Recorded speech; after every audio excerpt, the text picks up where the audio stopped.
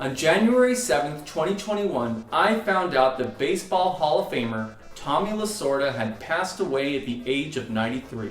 Dad, that was days ago. I know! Tommy Lasorda was a professional baseball player back in the 1950s, but it was his coaching career that made him a legend and a household name that was theoretically pertinent to both me and other future SEGA Genesis owners back in the fall of 1989. At least that's what SEGA executives in the United States were hoping. Little did they know that many of the most fervent gamers, such as myself, were sports impaired. Keep my eye on the what? Stop looking at me, boy! Watch the ball! Can't hear you, Dad.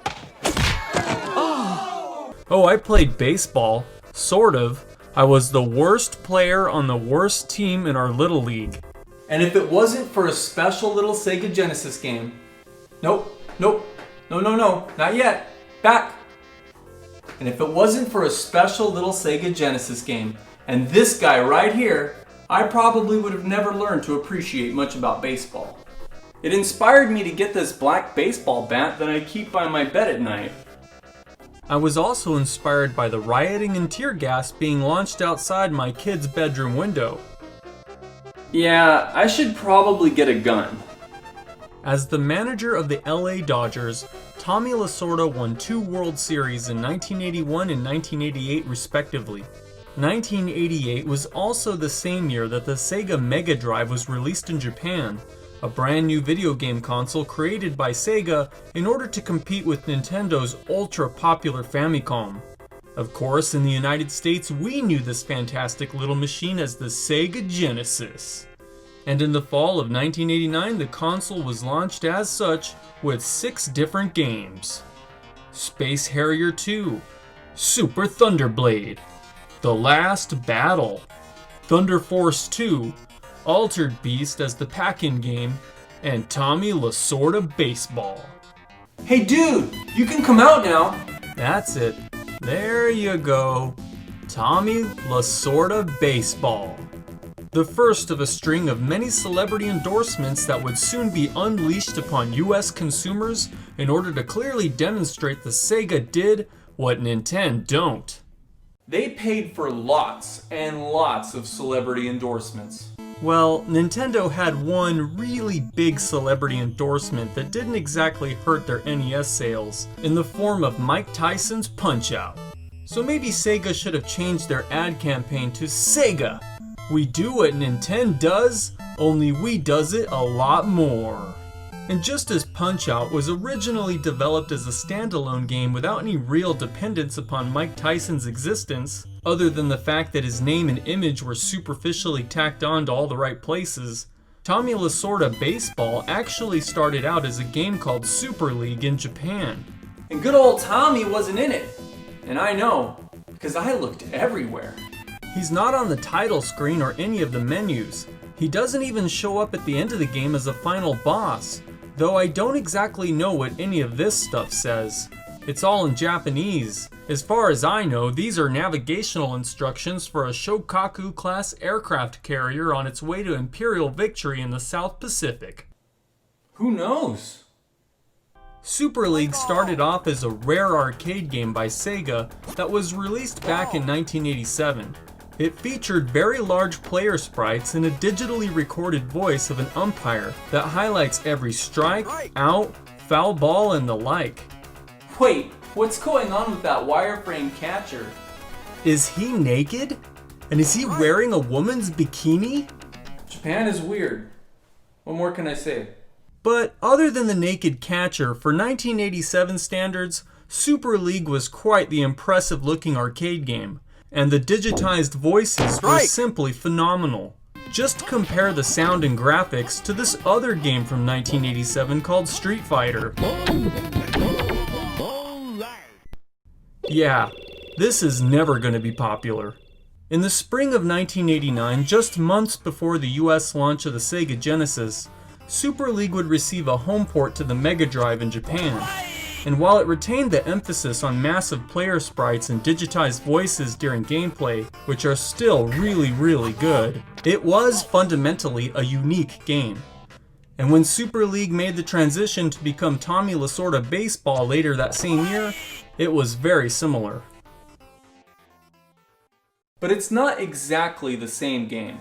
While neither Tommy Lasorda Baseball or Super League contain any actual pro teams, both games have a list of generic teams that more or less accurately approximate the locales of baseball's most famous franchises. Of course, since Super League was for a Japanese audience, the teams included are the 12 Nippon professional baseball teams of Japan, though the names have all been changed just enough to avoid paying royalties.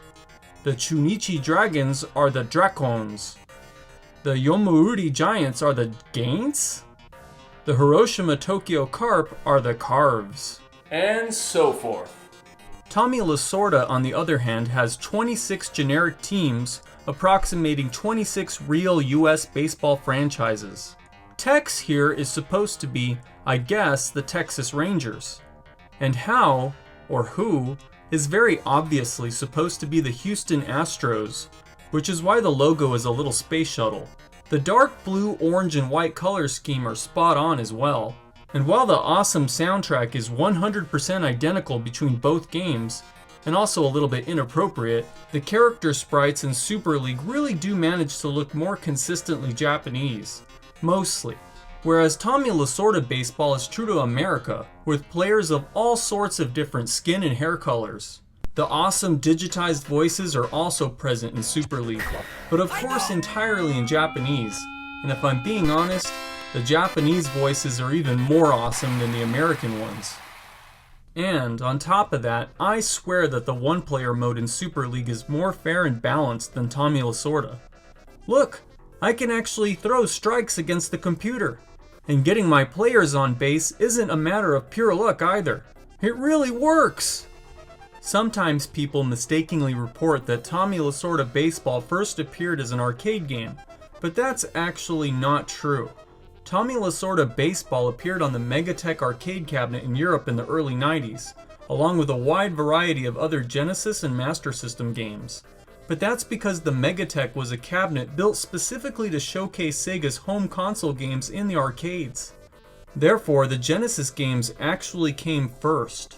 However, I can't really blame people for making this mistake, because not a lot of information about Tommy Lasorda Baseball has survived into the present. Despite my best efforts, I was unable to find any specific information regarding the transition of Super League to Tommy Lasorda Baseball.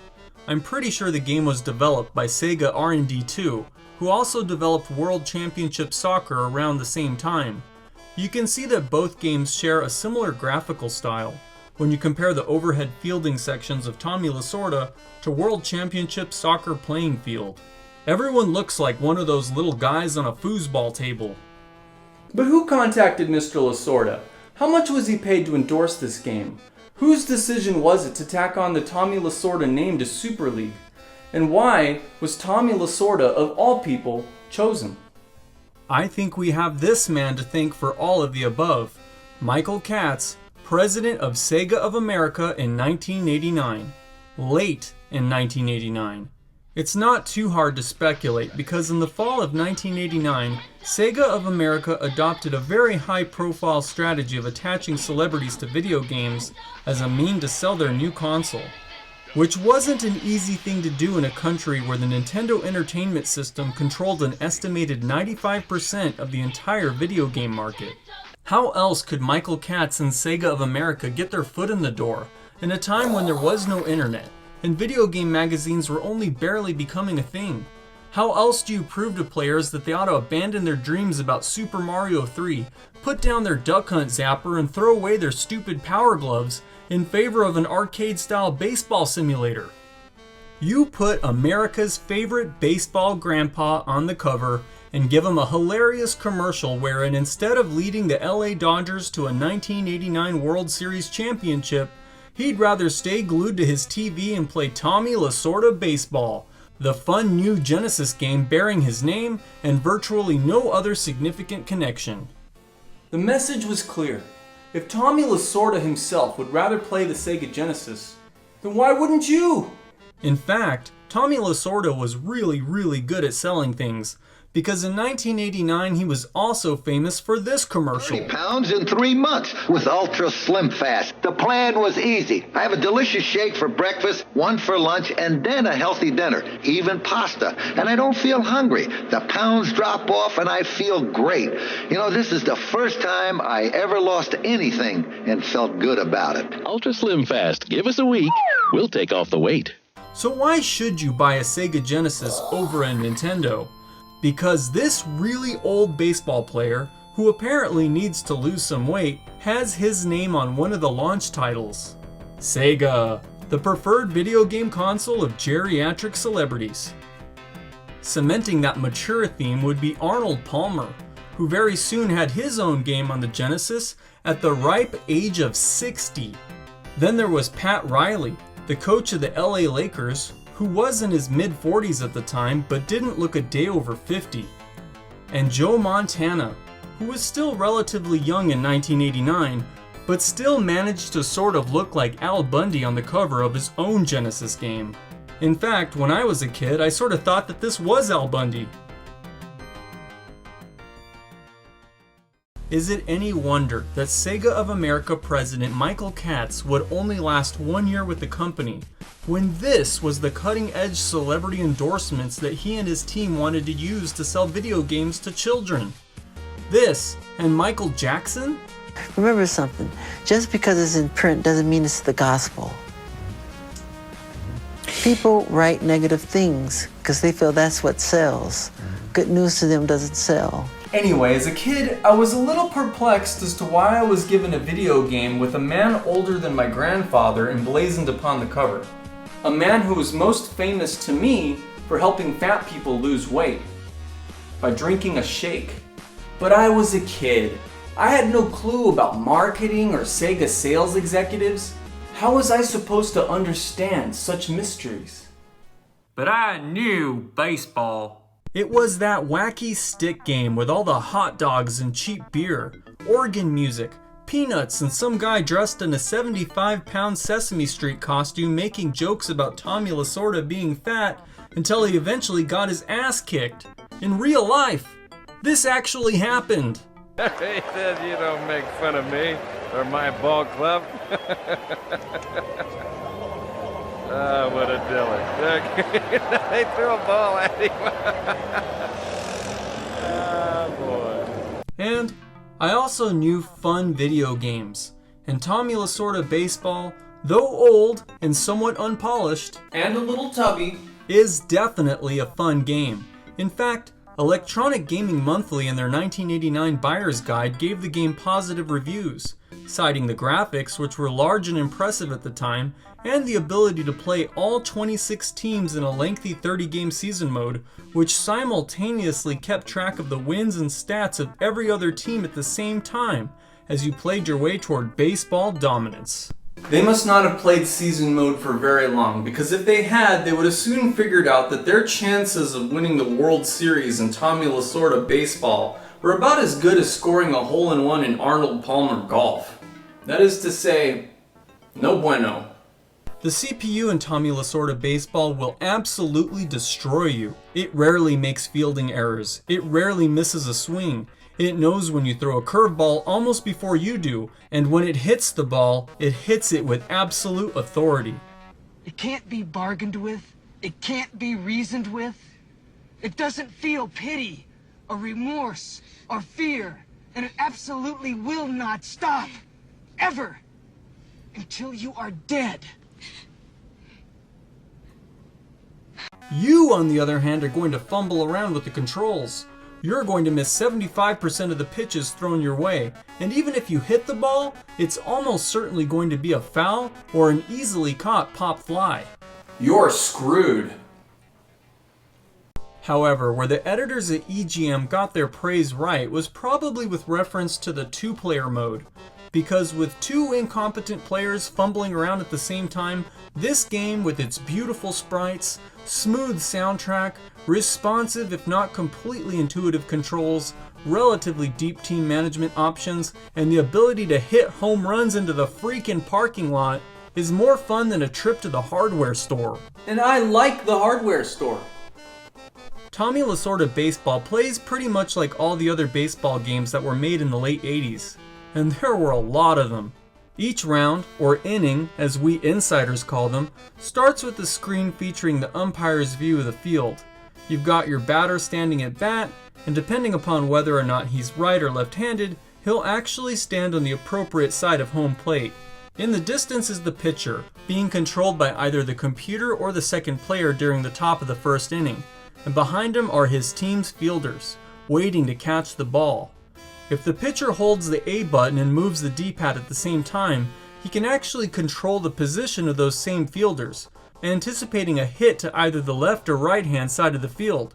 And it also sort of looks like they're his backup dancers, which is pretty cool.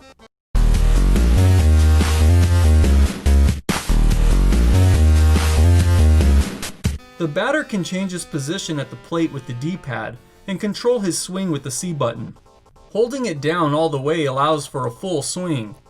Tapping or letting it go mid-swing allows you to avoid striking out against bad pitches. And if you're feeling really strategic and you believe in the speed of your runners, you have the option to bunt by holding down the A button. And manipulating the D-pad at the same time allows you to even aim direction of the ball. The ball physics in this game are actually extremely good for 1989.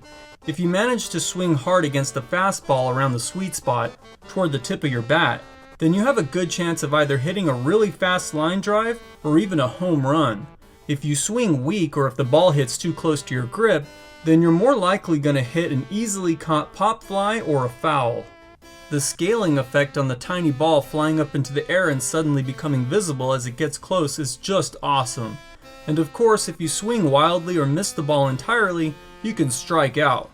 Also, if you have a runner on base, while batting you can hold down the B button and the D-pad in the direction you want the runner to go, and attempt to steal a base. Or, you can just move your runner out a bit in order to get a lead off. The pitcher, for his part, also has a lot of control, though nothing you're not expecting. You can shift your position from left to right on the mound using the D-pad. Then you can launch a pitch by pressing C. If you use the D-pad at the same time, or after the pitch is thrown, you can throw curveballs and sliders to either side of the plate. Whether or not your pitcher happens to be right or left-handed is also an important consideration, and if the batter is standing too close to the plate and you throw a pitch toward his body, you can actually hit the batter in one of the most devastating looking sprite animations on the SEGA Genesis. Ooh, that had to hurt. If you push up while throwing a pitch, you can also perform a changeup, and using the D-pad left or right afterward allows you to throw a slow curve or a slow slider, which is awesome. And if you think the batter is moving a runner a little too far off their base, then you also have the option of hitting the B button in order to attempt a quick pickoff.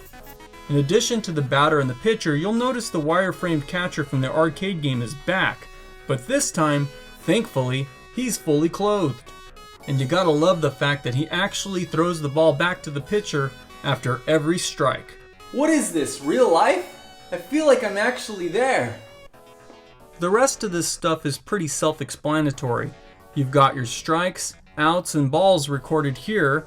The speedometer tells you how many miles per hour that last pitch was, which is really important to watch if you're pitching, because if it starts to drop, then it's time to substitute your pitcher with someone else. Again, it's just like real life over here. Hey, asswipe, down in front. I paid good money for these seats. Over here is the batter's name and stats. AV is the batting average, which tells you how likely he is to hit the dang ball. HR is the number of hot dogs with relish he's eaten. Wow, that's a lot. I'm not sure if that's just today or over his entire career. What's that? It means home runs? Oh, I guess that makes more sense than what I said. Down over here is the pitcher's name and stats. ER refers to the number of times that he sent the batter to the emergency room, so obviously the smaller the ER, the better the pitcher. ST is a Dungeons & Dragons stat not typically used in baseball, and it refers to the pitcher's stamina, or how long the pitcher will be able to continue to throw fastballs before it's time to send the poor bastard off to the old glue factory. This is for my fallen homies. This is also for my fallen homies. And this is for my fallen homies. And a little more from my fallen homies.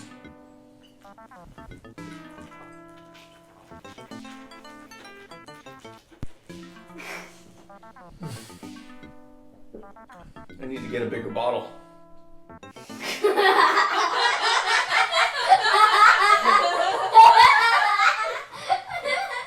This little box just tells you the inning you're in and the score. The T in this case is for Tex. Tex is for Texas, and Texas means liberty. Well, at least it used to. Now it just means Elon Musk and Joe Rogan. But that's not too bad though. It also means barbecue. So after someone hits a ball, or the B button, you abruptly switch over to the overhead fielding screen where everyone looks like a little foosball player. If you're batting, then you can control your runner by holding onto the B button and pushing toward the base that you'd like to run to. But if you want to retreat in the other direction, then you need to hold down the C button. If you're pitching and fielding, then listen for a call after every hit. That means that fielder will immediately be in your control. But be careful, because sometimes the computer's call is wrong and you find yourself controlling another part of the outfield instead. It's disorienting, but with enough practice you'll learn to intuit where you need to be and which player is yours to move on the screen. It's usually the one moving all over the place like an idiot. That's you! Throwing the ball from the field is a snap. Each arrow of the directional pad corresponds to a different base. Hold down and push C and you'll throw to home plate. Right and C is first base. Up and C is second base. Third base is a little bit too graphic to show on YouTube, so we'll just skip it for now. Incidentally, after third base, this is what a home run looks like. This is essentially all you need to know to play the game. However, there are some complex team management features that really put the Tommy Lasorda into Tommy Lasorda Baseball. Like a real-life baseball manager, if you want to win, then you'll need to be strategic with your team lineup. While Tommy Lasorda Baseball doesn't include any actual players from the major leagues, every player in the game has an assigned batting sprite, along with real stats that dramatically impact their role on your team. Some guys are obvious heavy hitters, and they have the buffed out sprites and batting stats to match. Others are fast runners, or better fielders. Some pitchers will occasionally throw unique pitches, like submarine style, but I wasn't able to confirm that during this playthrough. But I swear it's true. Either that or my working memory of a 30-year-old baseball game I used to play as a kid is incorrect. Who can say? I'm out of beer. So with all these unique players with unique strengths and weaknesses, you'll want to think strategically like a baseball manager. You'll want to think like Tommy Lasorda.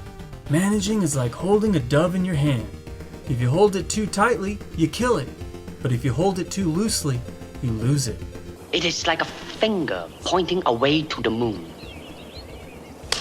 Don't concentrate on the finger or you will miss all that heavenly glory. For instance, you don't want to start your batting lineup with your best home run hitter. Rather, it's better to let other batters hit line drives to get bases. Then have your home run guy further down the line. That increases your chance of hitting a grand slam. Before every game, you can look at your lineup and switch around the player order everywhere you see fit. During the game, you can hit the start button at any time to substitute out your current pitcher or batter for someone fresher, or more likely to just hit the ball. Just be mindful of all these numbers and abbreviations so you don't go and make a stupid decision. Or just skip all that and have fun playing the game. Tommy Lasorda Baseball is a weird game that came out at a weird time. For Western gamers, it was the first of its kind, a 16-bit arcade-style baseball simulator with crowd-pleasing graphics and with one of the smoothest, most thematically inappropriate Japanese pop rock soundtracks around. It's not the best baseball simulator ever made. It doesn't do any one thing exceptionally well, but by God if it doesn't pull through and do pretty much everything it does well enough, such that even more than 30 years later, it's still a really fun game to play, especially when shared with friends and family. Outside of the fact that Tommy Lasorda's name and image are on the box and title screen, the game doesn't seem to have much to do with the legendary coach. You can't even play as the real-life LA Dodgers, the team that Lasorda was so lovingly devoted to for so many years of his long and fruitful life, right up to the weeks before he died. who's coaching in the third base coach's box. He pops right back up, and he's all right.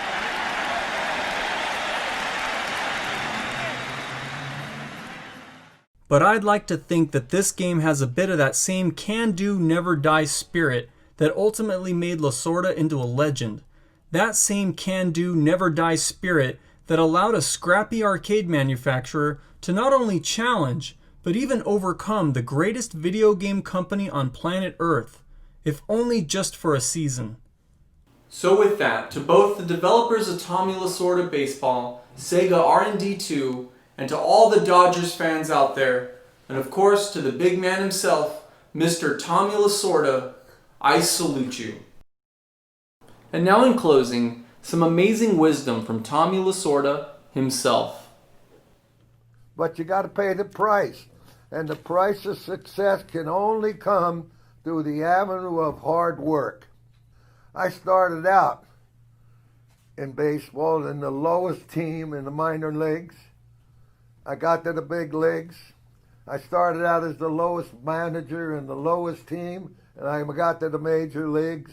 But it took hard work and self-confidence. If you do and believe what you're getting into, when you walk through that door in the mornings, if you believe that this is the best organization of its kind, then you're going to continue making it that way. And the only way you can make it is all together. Everybody has to do their job to the best of their ability. If you do that, nobody can beat you, because not everybody's going to do that. That's the secret to winning. That's the secret to being successful. You got to love what you're doing. I've been with the Dodgers 66 years.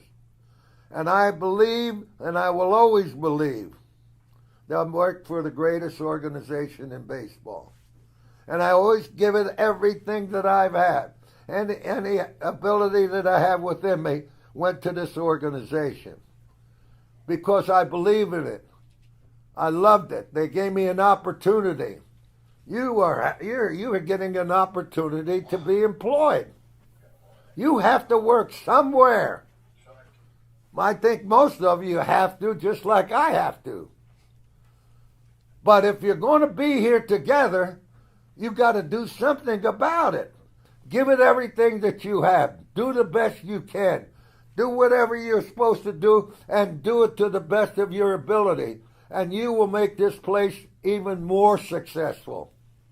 And so when you go to bed tonight and you lay your head down on the pillow, thank God for what He's given you. Sometimes you might feel cheated, denied, or deprived. Just look over your shoulder and see how many people are worse off than you. Then you'll realize how lucky you are. So when you do say your prayers tonight, if you have any compassion in your heart, you'll say a prayer for Tommy and the Dodgers. Thank you.